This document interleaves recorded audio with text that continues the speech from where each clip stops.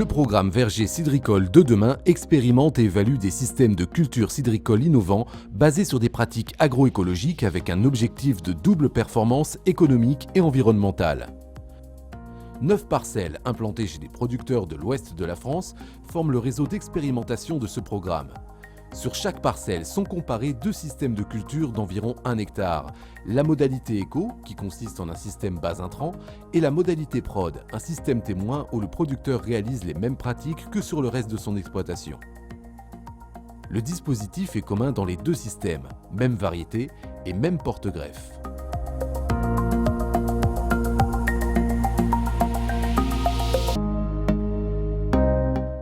Nous sommes à Saint-Aubin-de-Tergat, dans le sud de la Manche, dans la parcelle verger cidricole de demain de Vincent Brault. Son exploitation de 48 hectares de SAU présente 23 hectares de pommiers, 11 hectares de prairies et 14 hectares de céréales. La parcelle verger cidricole de demain y a été plantée en 2010. C'est une expérimentation qui a lieu d'être parce que si on ne fait jamais rien, on ne trouvera rien. Et voilà, il faut sortir des labos, il faut mettre du plein champ. Et ça m'intéresse d'aider les gens qui cherchent à trouver. On est dans une situation climatique où on a à peu près 700-750 mm de précipitations par an. Le sol de la parcelle, c'est un limon moyen avec des zones schisteuses, donc des zones à sol limitant, donc avec potentiellement des problèmes de sécheresse qui peuvent se poser. On avait peut-être un peu sous-estimé l'importance de ces zones, donc de cette hétérogénéité au sein de la parcelle avant la plantation. Donc ça a entraîné des problèmes au niveau du volume des arbres. On va pouvoir le constater. Ici, on a des arbres qui stagnent un peu. Par contre, là-bas, les arbres sont plus volumineux et donc ça a joué sur les résultats des essais. La plantation s'est faite en 2010. Ça a été une plantation un peu tardive, en avril 2010. Et malheureusement, donc, on a eu un printemps 2010 très sec. Donc au niveau de la reprise des arbres, il n'y a pas une mortalité, mais les arbres ont été un peu handicapés dès le départ. On a décidé de planter tant sur prod que sur éco, sur bâche plastique. Parce qu'il y a une tradition de plantation dans la région sur bâche plastique. Ça date des années 80 et des premiers vergers plantés. Les producteurs s'étaient rendus compte à l'époque que ça facilitait vraiment la reprise d'arbres et une croissance immédiate assez intéressante par rapport à un verger qui serait désherbé chimiquement totalement sur la ligne de plantation. Donc dans Éco, il y avait une logique de restriction et de limitation totale des herbicides, avec une différence pour prod. On a désherbé le long du plastique. Dans les interrangs de la modalité éco, il a été choisi d'implanter une bande fleurie. Alors ici en éco, on est sur une prairie fleurie et pour qu'elle se régénère, il faut la laisser fleurir. Donc attendre le mois de juin-juillet pour la broyer. En prod, c'est comme dans le reste du verger, je broie 5-6 fois par an.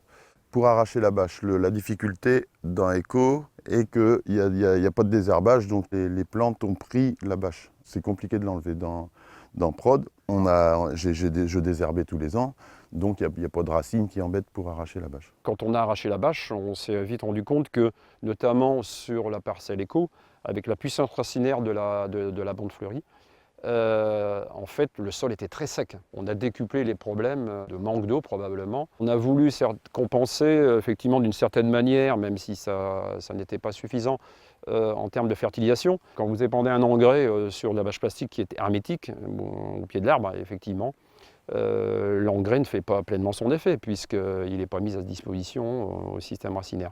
Donc ça amène à dire qu'effectivement, dans des contextes comme ceux-là, il faut certainement être vigilant dans la mise en œuvre de certaines pratiques finalement qui avaient à l'origine pour but de limiter les intrants. Et donc je pense notamment aux herbicides. Quand la bâche était enlevée, on n'a absolument pas voulu que l'arbre continue à être concurrencé.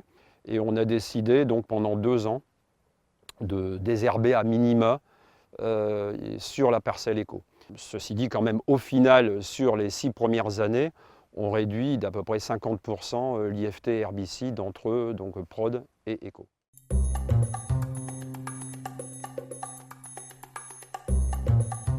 Parmi les ravageurs majeurs de la parcelle, le puceron cendré a été très présent en 2e feuille.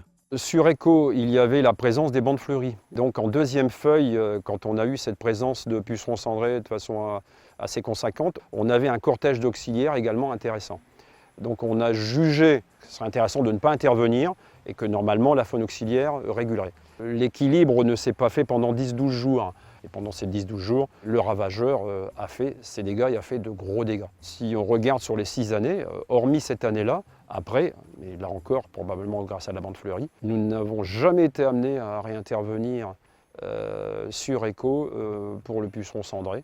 Du fait de cette absence de traitement herbicide sur la durée de l'expérimentation, l'IFT insecticide globalement baisse de façon assez significative par rapport à la parcelle PRODA.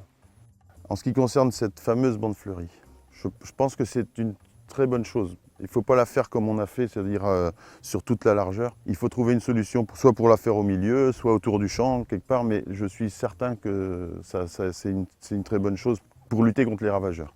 Du fait de la présence de la bâche plastique, effectivement, on a eu quelques problèmes de campagnols qui n'ont toutefois pas, à proprement parler, provoqué de mortalité d'arbres, mais certainement qui ont freiné la croissance de quelques arbres.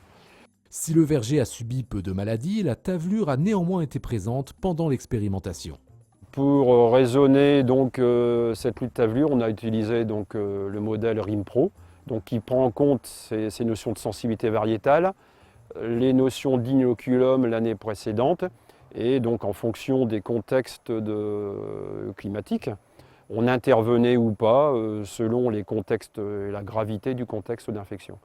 Et au bout du compte, ça nous a quand même permis de réduire considérablement l'IFT lié donc, à la tavelure. Le niveau d'infection s'est surtout matérialisé sur feuilles.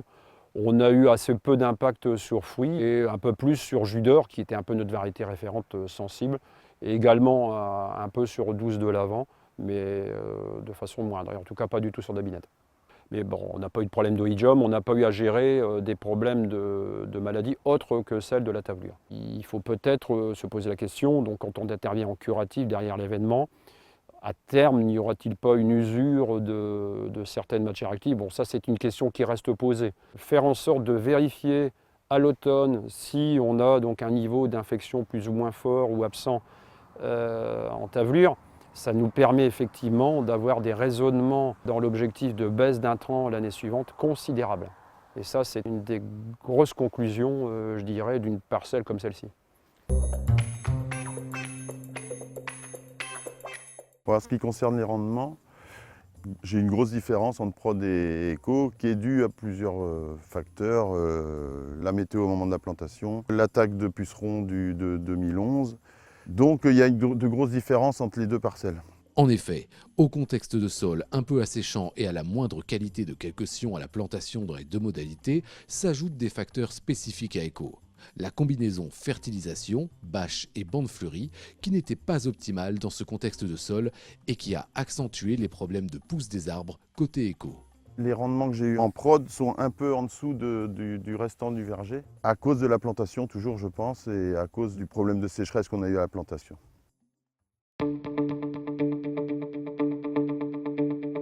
En conclusion, je dirais que ce verger a été une réussite sans l'économique. Mais une réussite quand même, parce qu'on a démontré des choses.